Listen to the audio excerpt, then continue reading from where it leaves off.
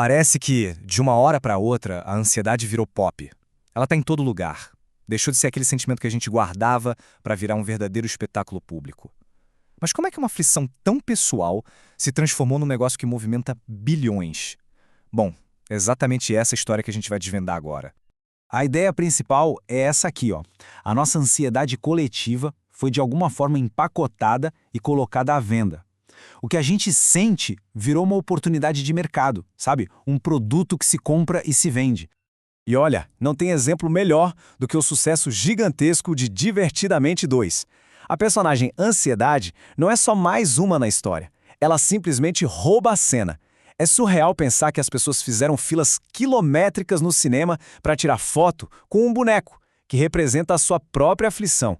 A identificação foi tão grande que virou entretenimento puro. Então fica a pergunta, como é que um sentimento de angústia virou um produto da moda? Para a gente entender essa virada de chave, a gente precisa voltar um pouquinho no tempo. Na verdade, mais de 100 anos, numa história de família bem peculiar. Para entender o que está acontecendo hoje, vamos dar um pulo no passado e conhecer duas figuras centrais. Um tio mundialmente famoso e o sobrinho dele, que era, digamos, muito, mas muito esperto. De um lado a gente tem Sigmund Freud, ninguém menos que o pai da psicanálise. Foi ele que mostrou pra gente o poder que os nossos desejos e medos mais escondidos têm sobre nós. E do outro lado, o sobrinho dele, Edward Bernays. O Bernays olhou para as teorias do tio e teve uma sacada genial. Ele enxergou ali uma ferramenta poderosíssima para vender coisas. E o cara era tão bom nisso que ele praticamente inventou uma profissão do zero. Ele sacou que a palavra propaganda tinha um peso meio negativo, soava a manipulação. Então, o que ele fez? Criou um nome novo, bem mais chique, para fazer exatamente a mesma coisa: relações públicas. E a campanha das Tochas da Liberdade é a prova viva do método dele. Bernays entendeu que não adiantava só vender o cigarro, ele precisava vender uma ideia. Então, ele associou o ato de fumar à liberdade, à emancipação feminina. De repente, o cigarro virou um símbolo. As mulheres não estavam mais comprando tabaco, elas estavam comprando um pedacinho da própria libertação. E é aqui que a coisa fica séria. O trabalho do Bernays não mudou só a publicidade, não. Ele ajudou a redesenhar a base do capitalismo como a gente conhece hoje.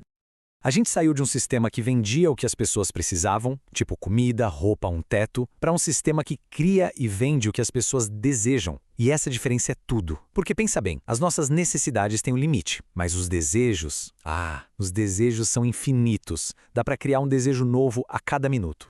E essa foi a grande virada de chave. Um produto deixou de ser só um objeto com uma função. Ele passou a ser uma extensão da nossa identidade.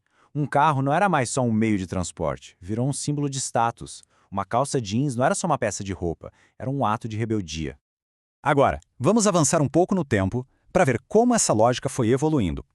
Chegamos nos anos 60, com a contracultura, um movimento super autêntico de jovens contra o sistema. E adivinha o que o sistema fez? A resposta do sistema? Engoliu a rebeldia e a transformou em produto. O mercado percebeu rapidinho que ser rebelde dava dinheiro. Aquela busca por ser diferente, por autenticidade, tudo isso foi cooptado, empacotado e vendido de volta pra gente como um estilo de vida para se comprar. E essa é a lógica que a gente vive até hoje. A promessa de criar a própria identidade foi trocada pela conveniência de comprar uma prontinha na prateleira. Não é mais sobre construir quem se é, mas sobre escolher um dos pacotes de identidade disponíveis para consumo. Isso nos leva direto para os dias de hoje, para um peso enorme que essa lógica colocou nas nossas costas. Bem-vindos à era da otimização pessoal, da busca incessante pela melhor versão de si. Aquele mantra de seja sua melhor versão parece super inspirador, né? Só que na prática, ele virou uma máquina de gerar ansiedade. Ele nos joga numa corrida que não tem linha de chegada, onde a gente está sempre em dívida com um eu idealizado, um eu do futuro que nunca chega, e a nossa autoexpressão acaba limitada ao que o nosso bolso pode comprar, o que gera aquela sensação constante de que nunca somos bons o bastante. No final das contas, a identidade deixa de ser quem a gente é para se tornar uma tarefa, um projeto sem fim que exige grana, tempo, vigilância constante, um projeto que não deixa a gente simplesmente ser. E aí é que a gente chega na maior ironia dessa história toda. Depois de criar um sistema que é perfeito para gerar ansiedade em massa, o que o capitalismo faz a seguir? Ele vende a cura, claro. E com isso, nasceu um mercado gigantesco. A gente está falando de mais de 300 bilhões de dólares. Um mercado inteiro dedicado a nos ajudar a lidar com a ansiedade que o próprio sistema ajudou a criar. É genial e um pouco assustador. E esse mercado tem de tudo. Vai desde medicamentos e terapia até aplicativos de meditação, coaches de vida, programas de bem-estar em empresas. É um ecossistema completo que, no fim do dia, lucra com o nosso mal-estar.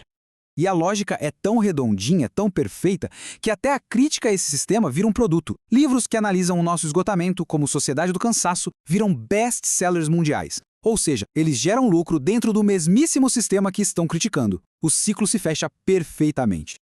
E é com essa pergunta que a gente termina. Se o sistema lucra com o problema e também lucra com a suposta solução, como é que a gente encontra uma saída de verdade? Onde é que isso tudo nos deixa? Talvez seja uma reflexão que vale a pena fazer.